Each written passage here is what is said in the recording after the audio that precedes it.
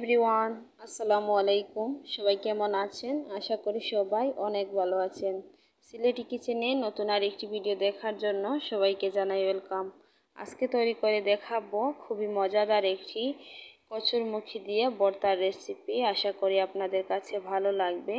তো দেখুন, মুখী ভর্তা বানানোর জন্য এখানে আমি 250 গ্রাম মুখী নিয়েছি। আর এখন এই মুখীগুলোকে সিদ্ধ করে নিব। আর আপনারা যারা এই মুখী ভর্তা একবারও খাননি তারা প্লিজ এভাবে একবার ট্রাই করে দেখবেন।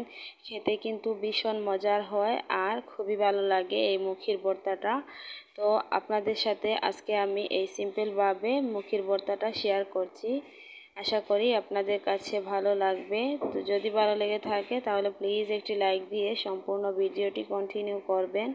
তো এখানে আমি মুখিগুলিকে সিদ্ধ করে খোসা ছাড়িয়ে নিয়েছি। আর এখন দিয়ে দিলাম কয়েকটা শুকনো মরিচ, আর দিয়ে দিলাম কাঁচা পেঁয়াজ, আর দিয়ে দিলাম কিছুটা পরিমাণ পেঁয়াজের বেরেস্তা, আর সাথে দিয়ে দিলাম ধনিয়া পাতা আর কিছুটা পরিমাণ লবণ। তো লবণটা আপনাদের স্বাদ মতো আপনারা দিয়ে দিবেন।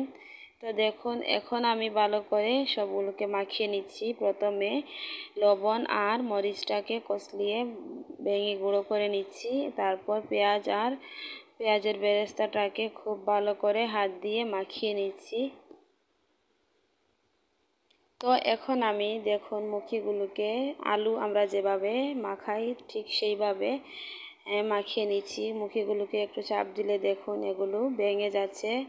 যেহেতু মুখিগুলোকে আগে সিদ্ধ করে নিয়েছি, এর জন্য মুখিগুলো এভাবে চাপ দিলেই ভেঙে যাবে।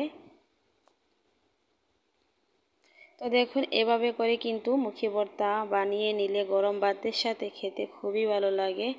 আপনারা একবার হলেও বাসায় ট্রাই করবেন আর কমেন্ট করে জানাবেন এই মুখী ভর্তার টেস্টটা কেমন ছিল আর আপনাদের কাছে কেমন লেগেছে। আপনাদের সুন্দর সুন্দর কমেন্টসে আমাকে ভিডিও বানাতে খুবই উৎসাহিত করে। আর আমার চ্যানেলে যদি নতুন হয়ে থাকেন তাহলে প্লিজ আমার চ্যানেলটিকে সাবস্ক্রাইব করে পাশে থাকা বেল বাটনটি অলে প্রেস করে রাখবেন। এতে করে আমি ভিডিও ছাড়ার সাথে সাথেই নোটিফিকেশন আপনাদের কাছে পৌঁছে যাবে। তো দেখুন, এখন আমি ভালো করে হাত দিয়ে মুখিগুলোকে মাখিয়ে নিচ্ছি।